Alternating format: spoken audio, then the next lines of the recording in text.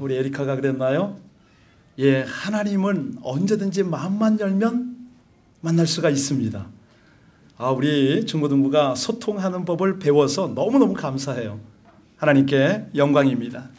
다시 한번 우리 주님께서 부활하셨습니다. 실감이 안 나나 본데요. 예, 한 노부부가 성지순례를 간 거 있죠. 고향 땅이기도 하고 그래서 겸사겸사 그냥 신앙여행도 변변히 못해서 거기를 갔습니다. 우리 양대 목사님이 알려주신 건가요? 갔는데 부인이 마침 심장마비로 사망을 하신 겁니다. 부랴부랴 근처 장의사를 찾아갔습니다. 장의사에서 말합니다. 두 가지 방법이 있는데 한 가지를 택하려는 거죠. 하나는 여기 옛 고향이고 하니까 여기서 매장을 하면 150불밖에 안 듭니다. 또 축복의 땅이니까 또 언제든지 주님처럼 부활할 수도 있고 참 여러 가지 유익이 많지요. 그러나 당신 사는 미국으로 이 시신을 옮겨가려면 방부 처리도 해야 되고 또 비행기 값도 적지 않아서 한 5,000불 드는데 어느 쪽 택하시겠습니까? 그랬습니다. 그랬더니 이 할아버지가 가만히 생각하다가 예, 돈이 들더라도 미국으로 가야겠습니다. 왜 그러십니까? 그랬더니 예, 아내가 다시 부활할까 봐요.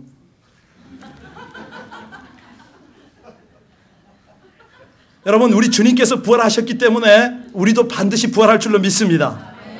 그 부활이 완전하고 최종적인 부활은 분명합니다. 그렇다면 우리가 과연 이 부활에 대한 확신이 있느냐?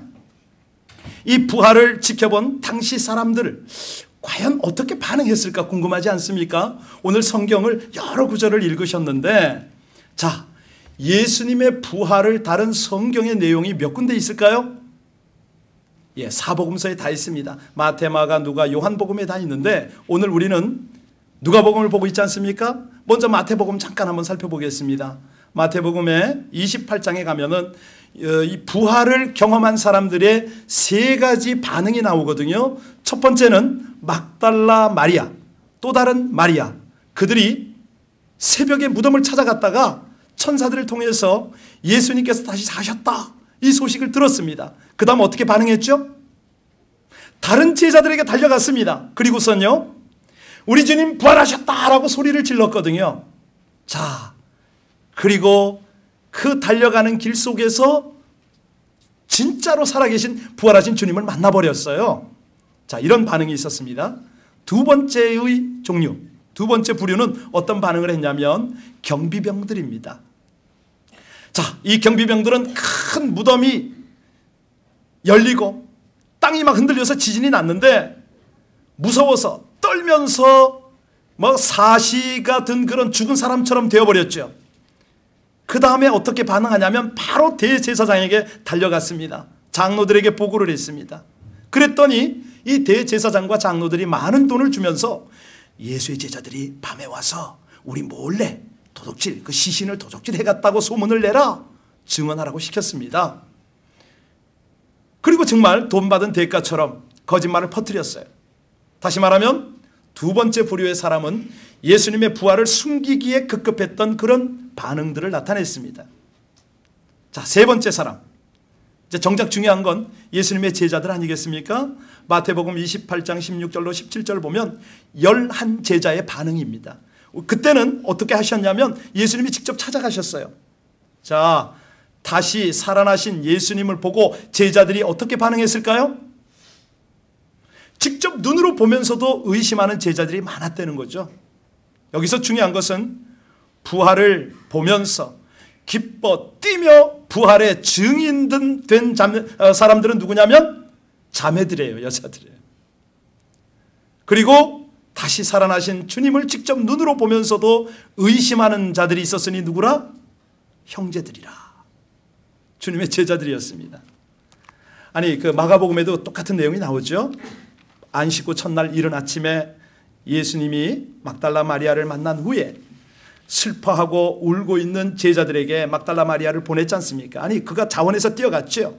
예수님이 나타나셨다, 이 말을 전해주었는데도 불구하고 마가복음 6장 11절에 보면 듣고도 믿지 않았다. 13절 끝부분에 보면은 역시 믿지 아니했다. 13절이 뜨네요. 계속 띄워주세요. 그리고 14절에도 보니까 아니, 이게 웬일입니까? 우리 예수님께서 11 제자에게 한마디 하십니다. 믿음이 없는 것과 마음이 완악한 것, 그리고 부활하신 것을 본 것을, 그 사람들의 말을 믿지 않는 것에 대해서 한마디 책망을 하시잖아요. 요한복음에도 똑같고요. 자, 그런데 여러분들 어떠세요? 예수님 부활하셨습니다. 예수님 부활하셨습니다. 진실로 믿으십니까? 우리 중고등부 학생들이, 우리 EM들이 가가지고 그 부활하신 예수님을 평소에는 느끼지 못하다가 친히 만났습니다. 여러분들 동영상으로 보셨는데 믿으십니까?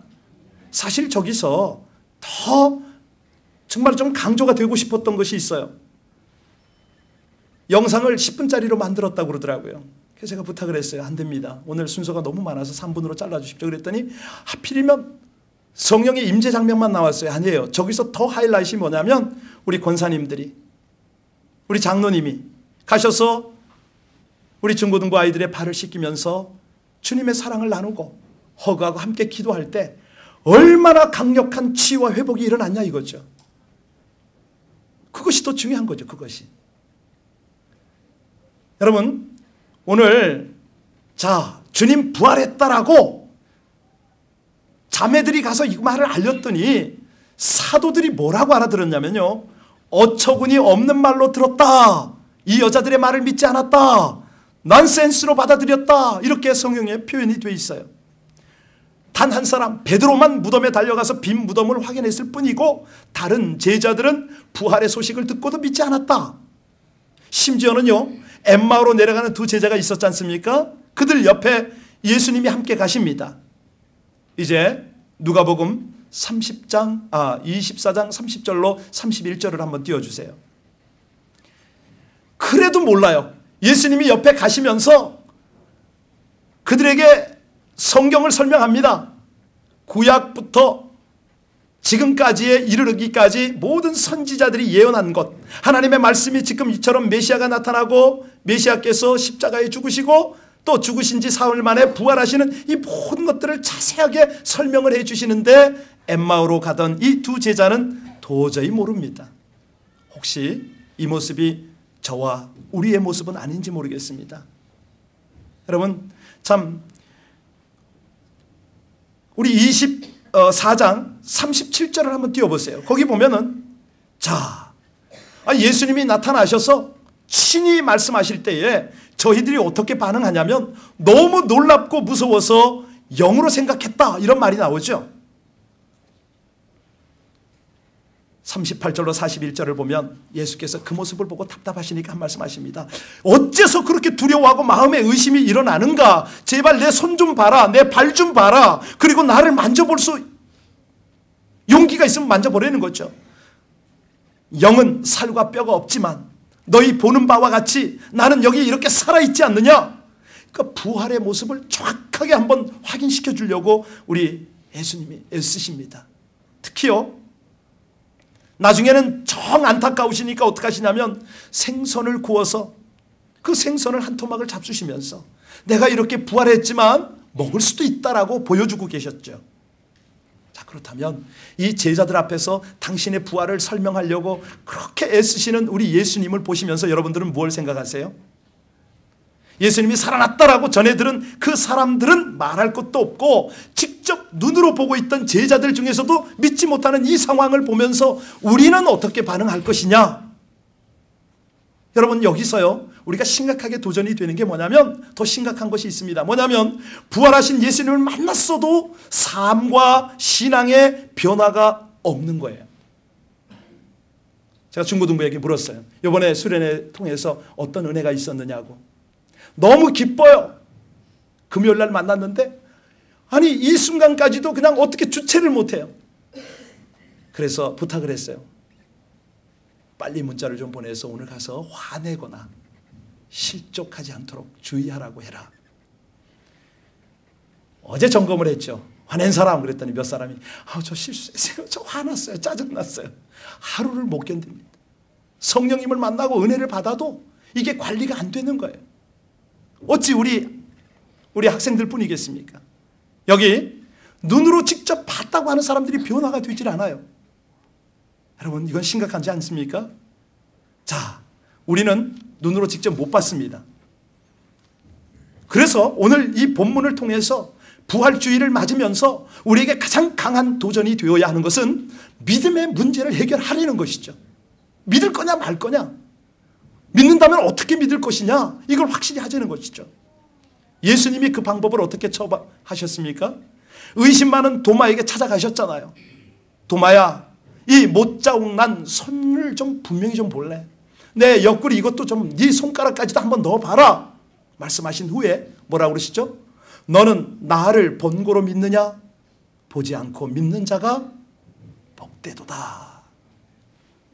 여러분, 믿음이 없이는 부활의 능력을 경험할 수 없습니다.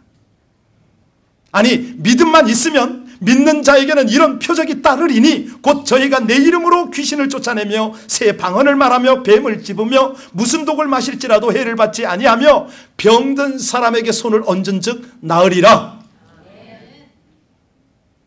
믿음 없는 생활은요, 느끼거나 체험을 할 수 없다는 것이죠.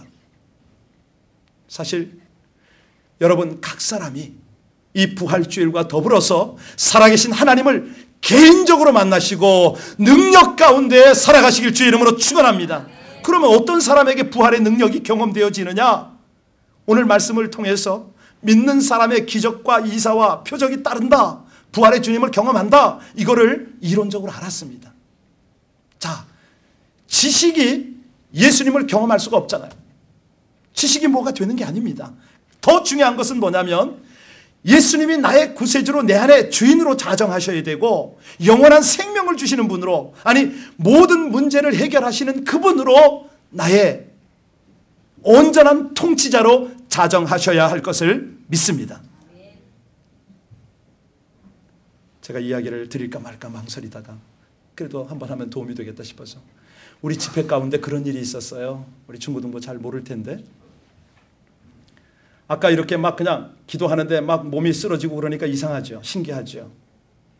근데 더 놀라운 것은 그 임재 속에서, 하나님의 임재 속에서 우리 중고등부 학생들이 빛을 봅니다. 생명을 느껴요. 평소에 그 느끼지 못했던 성령 체험을 하거든요. 심지어는 음성을 듣기도 하고 뭐 소위 말하는 천국도 환상을 보기도 합니다. 아니, 그런 것이 없을지라도 마음이 그렇게 평안하고 고요하고 기쁘지요. 경험하셨죠? 근데 문제가 있었어요.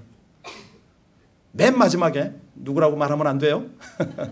맨 마지막에 한 학생이 기도를 해야 되는데 갑자기 눈을 뜨더라고요. 저하고 눈이 마주쳤어요.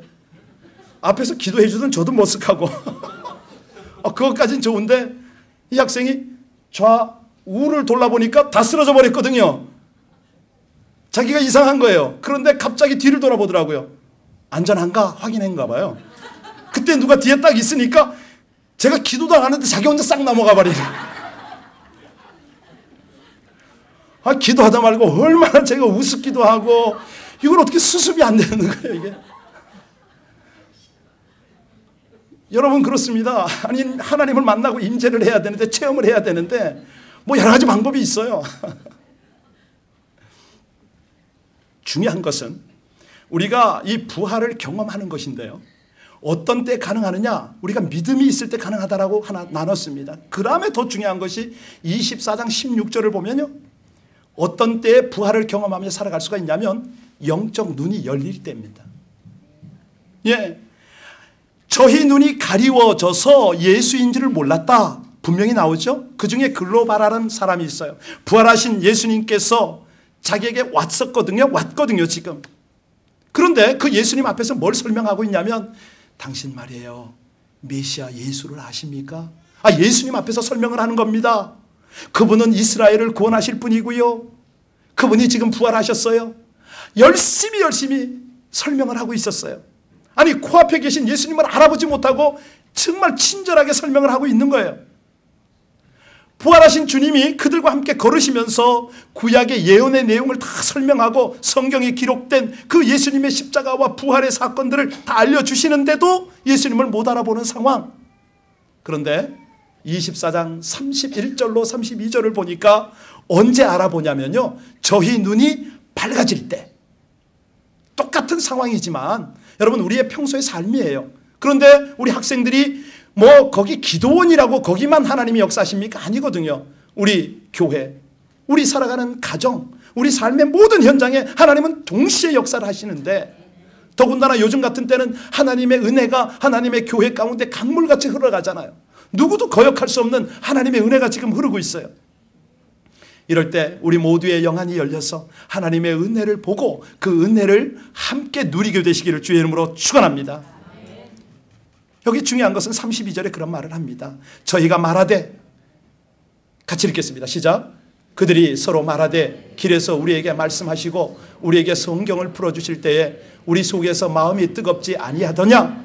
여러분, 부활을 경험할 수 있는 가장 귀한 비결 중에 하나가 지금 저 바로 말씀입니다. 말씀을 대할 때, 말씀을 묵상할 때, 말씀을 들을 때 그때 가슴이 뜨거워져요. 말씀을 통해서도 얼마든지 부활을 경험할 수 있다고 말씀하십니다. 보아도 알 수 없고 들어도 믿을 수 없는 그 예수님의 부활이, 그런데 하나님의 말씀을 들을 때 마음이 뜨거워지더라. 부활의 뜨거운 주님을 경험한다는 것이죠. 여러분, 말씀을 대할 때마다 성령님의 감동하심을 달라고 기도하시고 말씀 묵상하시기를 주의 이름으로 축복합니다. 우리 24장 47절로 49절 한번 보시겠습니다. 자, 이 부활의 경험을 통해서 감격이 우리 가운데 임할 때에 바로 우리 주님께서 뭘 원하시는가 같이 읽습니다. 자, 시작. 또 그의 이름으로 죄사함을 받게 하는 회개가 예루살렘에서 시작하여 모든 족속에게 전파될 것이 기록되었으니 너희는 이 모든 일의 증인이라. 49절이요. 볼지어다 내가 아버지께서 약속하신 것을 너희에게 보내리니 너희는 위로부터 능력으로 입혀질 때까지 이 성에 머무르라. 질문하겠습니다. 여행자가 있습니다. 한 여행자가 여행을 하고 있는데요. 그 앞에 두 갈래 길이 탁 나타난 겁니다. 이정표가 없습니다. 어느 길로 가야 자기가 목적하는 목적지로 갈지 도대체가 헷갈립니다. 그런데 마침 거기에 두 사람이 오고 있었어요. 자세히 살펴보니까 한 사람은 산 자고 한 사람은 죽은 자입니다. 누구에게 물어야 합니까? 그것도 질문이냐고 하냐고요? 여기서 산 자라는 것은 영적으로 하나님을 아는 사람을 말합니다. 하나님과 기도를 통해서 교통이 되는 사람을 말합니다. 죽은 자는요? 예, 하나님이 없는 사람이죠. 부활을 믿지 않는 사람이죠. 우리 학생들은 이 세상 살아갈 때 진로가 보이지 않으면 항상 하나님과 함께하는 사람에게 물어보시기를 주의 이름으로 축복합니다. 반드시 그래야 해요. 자, 우리가 성령의 사람이 되어야 길을 알려줄 수가 있겠죠. 지금 오늘 우리는 47절부터 49절까지를 봉독하면서 아버지께서, 우리 49절 다시 한번 읽겠습니다. 시작. 볼지어다 내가 내 아버지께서 약속하신 것을 너희에게 보내리니 너희는 위로부터 이 성에, 자, 위로부터 능력이 입혀진다는 것이 무슨 말입니까? 이번에 우리 학생들이 경험했잖아요. 위로부터 능력이 임하는 거예요. 그랬더니 누구에게도 보일 수 없는 그런 상처가 치유가 돼요. 회복이 돼요. 용서가 돼요. 우리 형제가 있나요? 무려 몇 시간 동안을 뜨거운 눈물을 흘리더라고요. 그런 느낌이 들었어. 어떻게 저 친구 안에 저렇게 많은 눈물이 들었지? 너무 궁금했어요. 집회를 2시간 이상 했는데 그 시간 내내 울고, 그래도 눈물이 그치질 않아서 나가서 또 울고, 그걸 보면서 이야, 정말 하나님께서 그 주 속에 모든 죄와 모든 아픔들을 철저하게 씻어내시는구나. 그 다음에 천사의 얼굴이 됐어요. 그뿐만이 아닙니다. 침례 학습을 하는데 예수를 믿느냐 그랬더니 저는 못 믿는다는 거예요. 그러더니 어제는 예수님은 나의 구세주입니다 하고 침례를 딱 받더라고요. 할렐루야. 왜? 이건 사람이 할 수 있는 것이 아니니까요. 여러분, 사람의 힘과 능력으로 되는 것 아닙니다. 성령이 임할 때 눈물이 나는 거고 성령이 임할 때 믿어지는 것이죠. 저는 우리 그 학생을 너무 귀하게 여겨요. 안 믿어지는 거 안 믿어진다고 그러는 거죠. 그런데 성령님을 만나고 나니까 이제는 내가 믿어진다는 거예요. 이제는 내가 그분을 만났다는 것이죠. 여러분, 성령의 임재하심으로 부활을 경험할 수 있음을 믿습니다. 사도행전 2장에 보면 성령이 임재하면서 신앙의 빅뱅이 일어나잖아요. 주님의 부활 승천 이후에도요, 부활한 주님을 만나고 난 뒤에도 제자들은 능력받기 전까지는 꼼짝달싹 못했습니다. 문 꼭꼭 걸어 잠그고 집안에 숨어 있었죠. 그러다가 약속하신 성령을 받는 순간부터 그들의 태도가 완전히 달라집니다. 멈출 수 없는 복음의 능력과 함께 예루살렘에서부터 전 세계 열방과 민족을 향해서 힘차게 뛰어나간 것이죠. 여러분, 그렇다면 여기서 우리가 궁금한 것, 무엇이 그들을 세상 가운데로 끌어냈어 순교도 불사하고 목숨까지 바치면서 그렇게 예수님의 증인들이 되었다고요? 원동력이 뭐라고요? 성령의 임재다. 여러분, 이 임재를 사모하시다가 주무시다가 개인적으로 주님 만나시기를 주의 이름으로 축원합니다. 기도하시다가 주님 만나시기를 주의 이름으로 축복합니다. 제일 강한 것은요, 제일 중요한 것은 1대1로 주님을 만나야 됩니다. 물론 목사가 매개체가 될 수는 있겠죠. 그런데 엄밀하게 말하면 저렇게 하나님이 강하게 역사하시고 기름 부으시고 하는 것들은 우리 모든 권사님들이 고난주간 동안 열심히 기도하고 모든 장로님들의 마음이 모아져서 모든 성도들의 기도가 모아져서 하나님이 역사하시는 거 아닙니까? 그런데 이 역사를 1대1로 경험한다면 그것만큼 확실하고 분명한 게 어디 있겠습니까? 여러분, 성경이 예수를 알게 하는 그런 책이라면 성령은 부활하신 예수님을 경험케 하심을 믿습니다. 이걸 놓치시면 안 됩니다. 우리 참된 믿음의 그리스도인들은 아는 것에 그쳐서는 안 됩니다. 지식적으로 하나님을 알아서 뭐 하자는 겁니까? 더 중요한 것은 경험적으로 하나님을 만나야 할 줄로 믿습니다. 왜냐하면 우리 삶이요, 다시 한번 부활이 되어야 하니까요. 제가 솔개 얘기를 마지막으로 드리겠습니다. 여러분, 솔개 알죠? 예, 공중 빙 돌다가 갑자기 내려와서 먹이를 낚아채는 솔개. 몇 살까지 삽니까? 예, 한 70년을 산다고 합니다. 그런데 70년을 살기 위해서는 반드시 한 과정을 거쳐야 됩니다. 그 과정이 뭐냐면 40년쯤 되었을 때에 아주 고통스럽고 중요한 결정을 해야 합니다. 왜냐하면 40년 동안 사용한 발톱이 노화가 됐잖아요. 부리는 자기 멋대로 자라서 길게 구부러졌겠죠. 그리고 이 깃털도 뭐 낡고 두터워지고 아주 둔해졌을 겁니다. 자, 그대로 살면 죽을 날을 기다리는 거고, 그러나 고통스러운 갱신의 과정을 밟으면 다시 한번 젊어질 수가 있는데, 그것을 결단한 솔개는 높은 산에 그 정상의 바위 속에 딱 들어갑니다. 그리고 그 속에 들어가서 처절한 수행을 하죠. 먼저는 바위를 이 부리로 막 쫓는답니다. 막 쪼아가지고 부리가 깨어지고 빠지고 결국은 완전히 다 빠지고 나면은 서서히 새 부리가 돋아난다고 그러죠. 네, 그뿐만이 아닙니다. 이번에는 그 부리가 돋아날 때 한참 시간이 걸리잖아요. 그 연한 부리를 가지고 자기의 발톱과 깃털을 쪼아가지고 또 뽑는답니다. 다 뽑아요. 그 시간이 반년 이상이 걸리는데 반년쯤 지나고 나면은 새 발톱과 새 깃털로 무장한 솔개, 완전히 새로운 모습으로 변신해가지고 다시 한번 힘차게 하늘을 날아오르고 30년의 수명을 더 산다는 것이죠. 오늘 도전하겠습니다.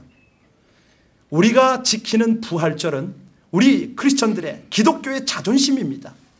이 부활절 날 단순히 그저 40년 살고 내 이 어떤 갱신을 포기한 채 죽어갈 것이냐, 아니면 처절하게 내가 나를 주님 앞에 단련시키고 변화를 받아가지고 그렇게 새로운 삶을 30년을 살 것인가, 우리가 결단해야 되겠죠. 여러분, 바울은 이것을 깨닫고 뭐라고 고백했냐면, 나는 날마다 어떡하노라? 나는 날마다 죽노라. 여러분, 부활신앙이 뭡니까? 부활의 경험이 뭡니까?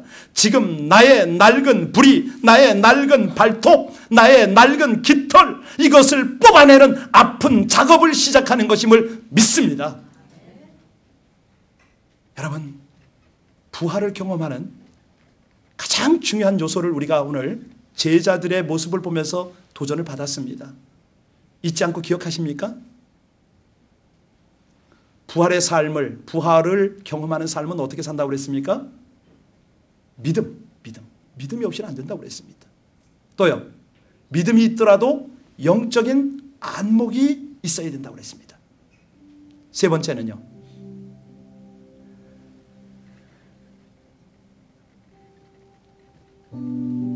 부활을 경험하는 것은요, 부활에 경험하는 삶은 말씀 빠져서는 안 됩니다. 말씀. 여러분, 말씀 놓치지 마세요. 특별히 말씀을 붙잡을 때마다 성령의 임재를 사모하시기 바랍니다. 이것이면 내가 하나님이 허락하는 성도로서 거룩해지려는 몸부림 때문에 받는 고난의 십자가를 내가 지고 갈 수 있다는 것입니다. 그렇지 않습니까? 이 땅에 많은 성도가 있어요. 많은 학생이 있어요. 그런데 진실로 하나님을 만나고 내가 만난 하나님 때문에 하나님의 비전을 쫓아서 어떠한 어려움과 아픔과 역경도 극복해 나가고 살아가는 부활의 삶, 이게 가능하다는 거죠. 여러분, 혹시요 자기의 유익 때문에 고난받는 십자가가 있습니까? 아니, 인간의 나라 때문에 우리가 그런 십자가를 집니까? 하나님은 그런 거에 대한 은혜는 우리에게 허락지 않으십니다. 중요한 것은요, 주님의 복음 때문에 필요한 고난의 십자가, 이걸 지르는 것이죠. 주님의 나라와 뜻을 위한 그 고난의 십자가, 이거를 지르는 것입니다. 내가 거룩한 삶을 향하여 몸부림칠 수 있는 그 몸부림의 고난의 십자가, 이거를 지고 가야 된다는 것이죠. 그때는 십자가와 함께 부활의 주님을 경험하게 될 줄로 믿습니다. 여러분, 십자가 없이는 부활이 없습니다. 아시죠? 아멘이시죠? 이 부활절 날 다시 한번 우리가 결단이 필요합니다. 여러분, 병아리가 어떻게 알 속에 들어갈 수가 있겠습니까? 날아서 알 속에 들어갈까요? 깨진 알 속에? 그 아름다운 나비가 자기가 빠져나온 허물 속에, 그 고치 속에 또 날아 들어가는 거 한 번이라도 보셨습니까? 아니잖아요. 물론 나사로는 죽었다가 3일 만에 살아났지만 다시 무덤 속에 들어갔죠. 그러나 우리 주님은 무덤 속에 나온 이후 무덤 속에 들어가지 않습니다. 왜? 주님의 죽음은 흔적이 없습니다. 무덤을 완전하게 빠져나왔기 때문에요.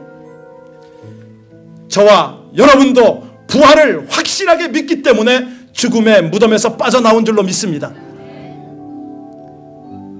모든 염려에서 빠져나온 줄로 믿습니다. 모든 고통에서 빠져나온 줄로 믿습니다. 이 땅에 살아가는 동안 물론 염려가 있겠죠. 고통이 있겠죠. 좌절이 있겠죠. 그러나 그것은 천국을 향한 날개짓입니다. 아니, 부활의 영광을 위한 그냥 십자가를 지는 과정이에요. 오늘 함께 기도할까요? 하나님, 정말 부활 신앙을 가지고 살기를 원합니다. 부활의 주님을 이처럼 묵상하게 하셨는데, 물론 재림하실 때 최종적이고 완전한 부활을 주시겠지만 이 땅에 살아가는 나날도 순간순간 부활을 경험하는 그런 나날이 되게 하여 주옵소서. 여러분, 간절히 하나님 앞에 간절히 함께 기도하시겠습니다.